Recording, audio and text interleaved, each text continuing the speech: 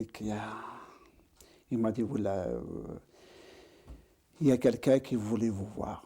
On a trouvé tout le village, il est sorti, vous savez, avec le derbouka, les traites, vive l'Algérie, nous, la France. Hein? Les gens de votre village vous ont Voilà, traité de ouais, traître? bien sûr, ils tapaient sur nous après. Et voilà, vous l'avez donné votre religion, votre dignité pour 24 000 francs à cette époque-là. Sur les 180 000 supplétifs environ que comptait l'armée française, 150 000 sont arrêtés en quelques mois. 90 000 sont envoyés aux travaux forcés ou vont croupir dans les geôles de la toute nouvelle République. 60 000 sont exécutés.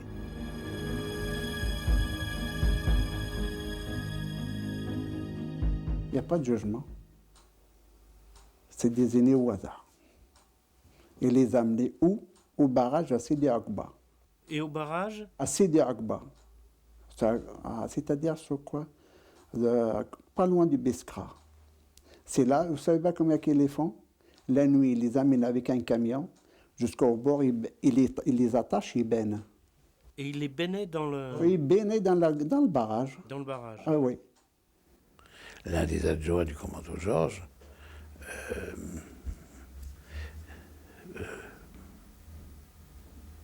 a été ébouillanté dans une marmite.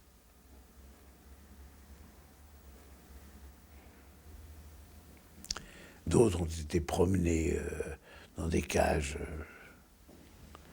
Or ça, non seulement c'était en violation flagrante et presque immédiate avec les accords d'Évian, et on n'a pas bougé. D'autre part, il y avait encore des unités françaises. Je pense beaucoup à ceux qui sont morts. Les gens, ils n'en parlent pas d'eux. Moi, j'ai de la chance. Je suis parti, mais il y en a d'autres. Moi, c'est surtout ces gens-là. Ceux qui sont restés? Voilà. Il a été abandonné sans rester. Parce que quand on dormait pendant la guerre de l'Algérie, il vous protège. Quand même, je lui dois quelque chose, au moins une pensée. Envers eux? Ah, voilà. Voilà. Je pense beaucoup à ces gens-là. Alors que les massacres et les arrestations s'intensifient, le gouvernement attend le 13 juin, 3 mois après le cessez-le-feu, pour réagir. Les premiers transferts officiels de harkis vers la France commencent. Ils ne vont pas durer longtemps. En effet, le 19 juillet, Pierre Messmer, ministre des Armées, interrompt brusquement les rapatriements. Dans une directive secrète, dont nous révélons pour la première fois le contenu, il estime que les harkis ont eu le temps et la possibilité d'apprécier leur reconversion en Algérie. Une phrase étonnante alors que la répression contre les harkis est à son paroxysme.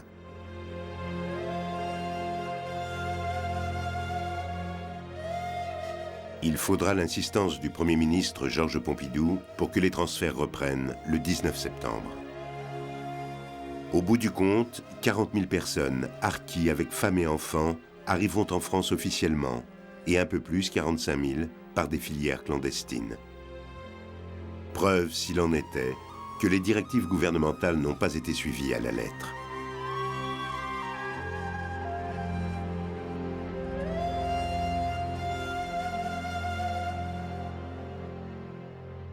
En 62, Dura, il a dit, est-ce qu'il y en a qui veulent venir en France de les harkis, parce que voilà, qu'est-ce qui va se passer, l'indépendance, est-ce que vous êtes d'accord de partir? Bien sûr. On est obligé, ce qu'on avait avant, si on restait, c'est que c'est vraiment notre faute, parce qu'on sait que les FLN, ils ne vont pas nous faire du cadeau. C'est automatiquement. Alors, on est rentré, on a été avec Durand dans une ferme pour ramasser tous les harkis. À partir de là, à chaque fois qu'il y a, par exemple, je ne sais pas, une cinquantaine de familles, ils les faisaient rentrer en France. Voilà. Comment? Ils les faisaient rentrer par un porte-avions, enfin par un bateau militaire. Et les militaires qui étaient avec vous étaient plutôt bienveillants? Comment ils étaient? Bien, ouais. Moi je pense qu'ils étaient très bienveillants. Puis même, je l'ai vu qu'il avait la main, la gâchette, parce que peut-être ils ont peur qu'il y avait des FLN qui nous envoyaient des grenades. Pas des FLN directement, mais peut-être des choses. Ils ont peur qu'ils nous envoyaient des grenades. Parce qu'il a dit il faut se méfier, d'abord c'est tout fermé, la bâche c'est fermé jusqu'en bas et tout.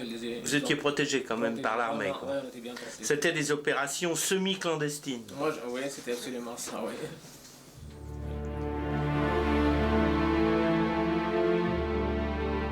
J'ai encore des souvenirs. Et quand notre mère nous a réveillés la nuit et qu'on a marché toute la nuit, on devait rejoindre un camp de repliement où on nous disait que notre père était là-bas. Et pratiquement, on a marché toute la nuit et on devait traverser une ville. Alors notre mère nous disait, tapez des mains et faites semblant que vous êtes joyeux et chantez. Donc les gens ils chantaient, ils célébraient l'indépendance, il y avait les drapeaux verts et blancs partout, les gens étaient dans les cars, tout ça. Et quand on est rentré au camp de repliement, on devait traverser un champ et notre mère nous avait dit, courez, ne regardez jamais ce qu'il y a derrière, mais courez. Et vous allez droit sur le portail que vous voyez en face. Et on est parti en courant, il y avait des gens qui travaillaient dans le champ, qui nous ont poursuivis avec des pierres, qui nous jetaient des pierres et tout. Et on est rentré limite dans le camp de repliement.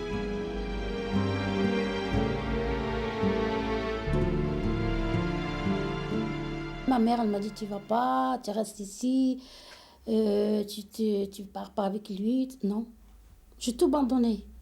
J'ai abandonné 2 fois, j'ai fait 2 fois. Ma maison, je l'ai laissée à Socaras. Et j'ai encore pris 2 appartements là-bas. Je l'ai tout laissé, je laissé mes meubles, je l'ai tout laissé. Lui, il a fait un magasin, un petit bus, comme ça, ils vendent tout, légumes, tout. On a tout laissé, on a parti, rien. Même les papiers, on n'en a pas. À part les pièces d'identité de lui, la mienne, c'est tout. Vous n'avez pas hésité? Non, pas du tout. On a été transportés par l'armée jusqu'au bateau. Les gens, ils parlaient, ils disaient, il y avait toujours une peur constante, c'est-à-dire que, tiens, il y a l'autre bateau, ils ont fait descendre des harkis, personne n'était encore à l'abri, il y avait cette peur. Ce qui m'a impressionné, c'est quand on est monté aussi, parce que ça bousculait. Et je me rappelle aussi que notre mère nous avait attachés l'un à l'autre. J'avais 4 frères, elle nous avait attachés. Et donc après, on se retrouvait dans les cales où les femmes, bon, elles se lamentaient, c'est-à-dire, bon, elles se griffaient le visage, tiraient les cheveux, bon, elles pleuraient, bon, des désarrois. Et les anciens, les vieux, ils étaient en haut, même pratiquement personne ne parlait, mais tout le long du voyage, on sentait une peur. Aussi à Marseille, ils nous avaient interdit l'entrée du port. Ils ne voulaient pas qu'on débarque à Marseille, alors le bateau il a fait demi-tour. Et c'est là où il y avait des gens qui ont sauté avec leurs valises du bateau. Ils croyaient qu'on allait les ramener en Algérie? En Algérie. Et après, bon, on est parti à Privas. Puis de là, on est allé directement au camp de Révisalte.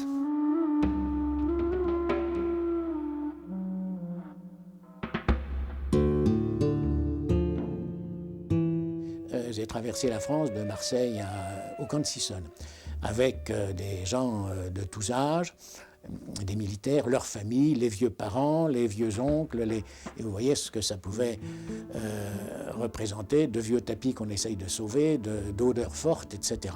Et nous sommes montés dans le train. Et puis il s'est trouvé que nous ne sommes pas montés dans le wagon qu'il fallait, ou du moins le wagon que l'on nous a donné n'était pas un wagon qui allait vers le camp de Sissonne, mais au contraire qui allait vers Montbéliard et qui allait se retrouver à Strasbourg. Au milieu de la nuit, je m'en aperçois. J'appelle le contrôleur qui me dit, évidemment, bien sûr, vous allez descendre dès 8 h du matin à telle gare et on mettra un autorail pour partir dans l'autre sens.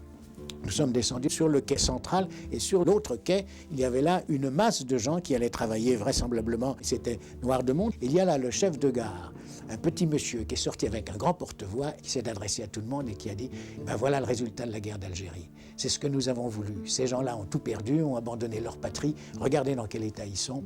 Et ils sont chez nous parce qu'il y a eu une erreur d'aiguillage, etc. Eh bien, je leur donnerai la priorité. C'est eux qui auront la motrice ou je ne sais quoi que nous allons mettre dans l'autre sens pour les ramener et vous ne partirez que plus tard. » Silence de mort. Silence. Personne n'a protesté, personne. Ils nous regardaient. On n'avait pas l'air bien malin, évidemment. Et on a vu arriver un autorail dans l'autre sens, dans lequel nous avons pu monter.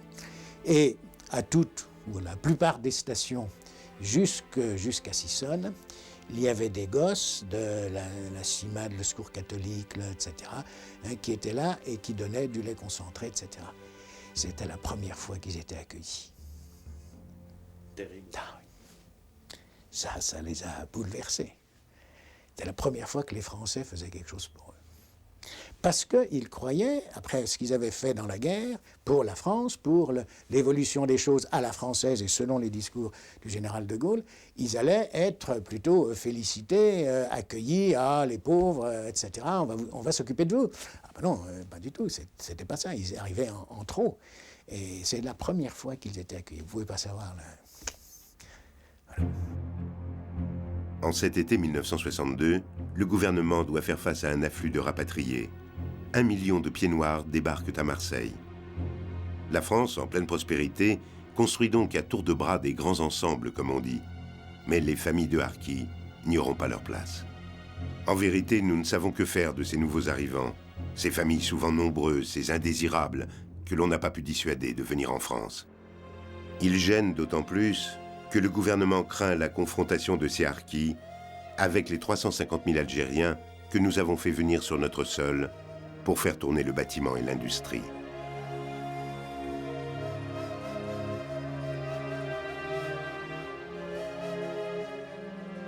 On met donc en place à la hâte des structures d'accueil baptisées sites de reclassement collectif, cités d'hébergement, hameaux de forestage, ou tout simplement camps de transit avec barbelés et régime militaire. Et on va les oublier pendant 13 ans.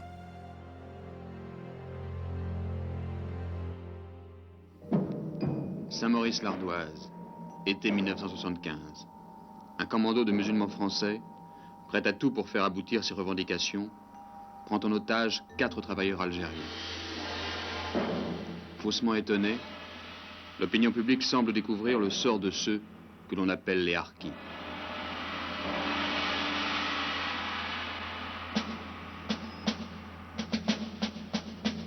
Vous vivez tous dans le camp de Saint-Maurice-l'Ardoise, là?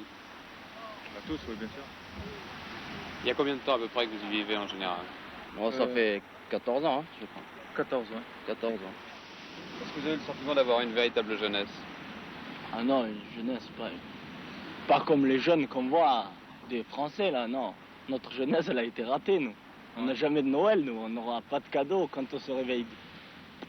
Ça, on ne connaît pas, nous. Les anniversaires, c'est pareil. La jeunesse, ça, c'est pas une jeunesse. Pour moi, non.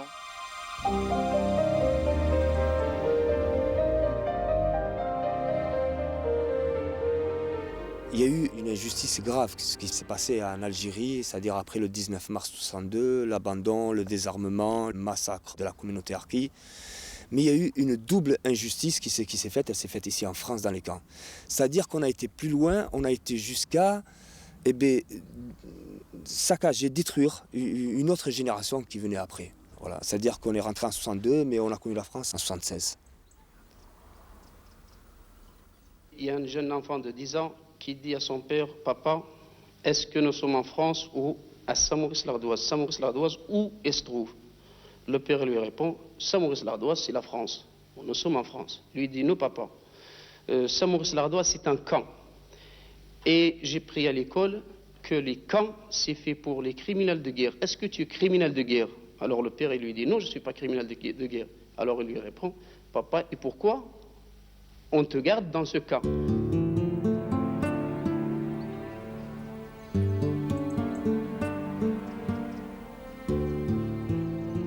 Qu'est-ce qu'il y avait là? C'était là où il y avait le portail. Il y avait le portail, bon, il partait de celui-là. Après, il y avait un deuxième portail pour rentrer dans les grands jets derrière. Voilà. Et là, c'était le poste de police, je crois. Non, non, le poste de police, il était là. Il était après il y avait un poste de police, le poste de gardois, il était là. Voilà. Et donc là, on était à Saint-Maurice et là, on était en France. Voilà. Ah ouais, et le poste de le poste de police, il était là. Ouais. C'est-à-dire que le camp, c'était un camp de prisonniers pendant les Allemands, parce que sûrement les Allemands. Il y a eu les gens, il y a eu des Espagnols après.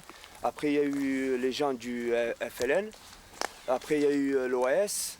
Et après, bon, ça a été nous. Il y avait un couvre-feu à 22h. Donc plus de lumière et ainsi de suite. Et carrément, bon, c'était interdit de sortir librement d'ici. C'est-à-dire qu'à l'entrée, là, il y avait un genre d'un poste de garde où la personne présentait sa permission. Alors voilà. Mais sinon, bon, nous, c'était interdit. Hein, il n'y avait pas de permission parce que bon, tout se passait à l'intérieur. Il y avait une école, il y avait une épicerie, il y avait une prison, il y avait tout. Il y avait une prison? Oui, il y avait une prison. Hein. Il servait plus aux jeunes, là, celui qui sautait le grillage et qui allait prendre 2 ou 3 cerises dans le champ voisin. Donc il était puni. Bon, c'était des punitions qui étaient plus réservées à nous. Par contre, les anciens, celui qui n'était pas content ou qui débarquait voir le commandant, donc lui, il avait une autre punition. Il les mettait dans un asile à Uzès. Alors des fois, certains, on les voyait partir, ils revenaient 6 mois après. Bon, c'était des morts vivants, c'était des lords. Un asile, c'est-à-dire un asile psychiatrique? Psychiatrique, oui. Et après, bon, c'était l'alcool qui lui faisait faire son affaire. Pour moi, personnellement, ce que j'en dégage, c'est qu'après 62, la France devait renouveler les accords avec l'Algérie et nous, on était des témoins gênants.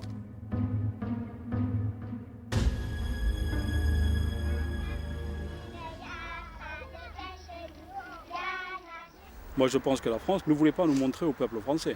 Elle avait honte. C'était la honte de la France. Je pense que c'était une honte. Qu'elle avait. Pour bien vivre, vivons cachés. C'est ce qui s'est passé. On nous a cachés au monde français, quoi.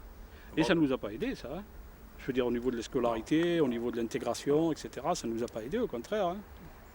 Moi, je me rappelle, mon père il m'avait envoyé interne pour avoir un petit CAP.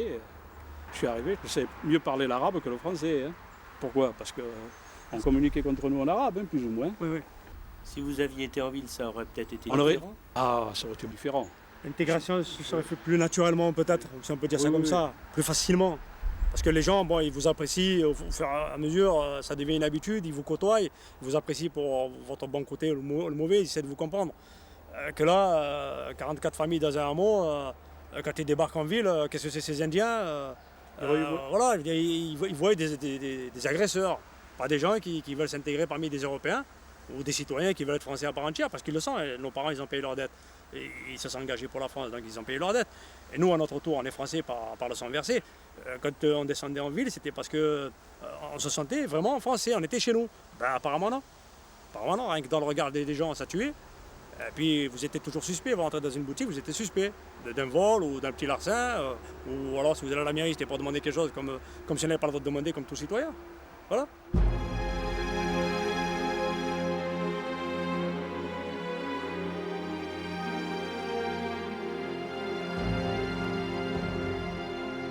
Pour nos parents, de voir que leurs enfants n'allaient pas avoir à leur sens un avenir certain. En France, il y avait une réelle inquiétude. Donc c'était dans ce climat d'insécurité, avec une pauvreté, une forme aussi d'assistanat. On avait l'impression toujours qu'on était soumis, si vous voulez, à une forme de pouvoir distinct qui nous dictait ce qu'il fallait faire au quotidien, ce qu'il fallait manger, où il fallait aller à l'école, puisqu'on n'avait pas la possibilité d'aller dans l'école de la République, on allait dans l'école des camps. Et tout ça, ça a fait qu'à un moment donné, la situation était très compliquée pour des enfants. Vous avez subi, vous pensez, un traumatisme de cette enfance? Ben moi, je vois avec le recul, je dirais que j'ai raté mon enfance, comme beaucoup d'autres jeunes hein, de la communauté. Mais aussi, si vous voulez, j'ai pas pu m'épanouir, j'ai pas pu avoir les mêmes chances que tous les enfants, hein, tous les enfants de France. Bon. Et si vous voulez, aujourd'hui, je porte en moi beaucoup de questions, beaucoup d'interrogations, et ça devient un fardeau aussi pour moi. Le fait de ne pas avoir de réponse à un moment donné, de vraies réponses, si vous voulez, à un moment donné, qu'on puisse tirer un trait sur le passé et se dire, bon, voilà ce qu'on a vécu, chacun a ses parts de responsabilité. Je crois qu'on le porte encore en nous. Et c'est très, très difficile parce que ça nous hante au quotidien. Le déracinement, l'exclusion, la précarité dans les hameaux forestiers ou dans les camps ne seront pas les meilleurs facteurs d'intégration. Comble de malchance pour les harkis, la fermeture des camps coïncide en 1976 avec le premier choc pétrolier, le début de la crise, le chômage.